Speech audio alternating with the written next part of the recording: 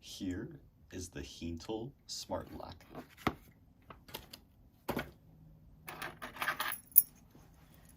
It has a regular locking feature with 3 spare keys that it comes with.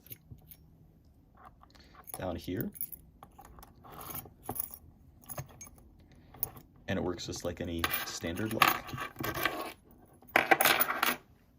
It also has a smart touch input that allows you to input different codes along with a fingerprint scanner down here. And you can see it went green and unlocked. But if I demonstrate a finger that's not registered on the app, operation failed.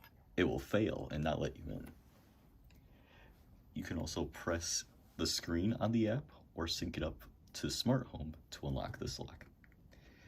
It also has RFID locks, and you can wave the RFID lock in front of it and it will also unlock.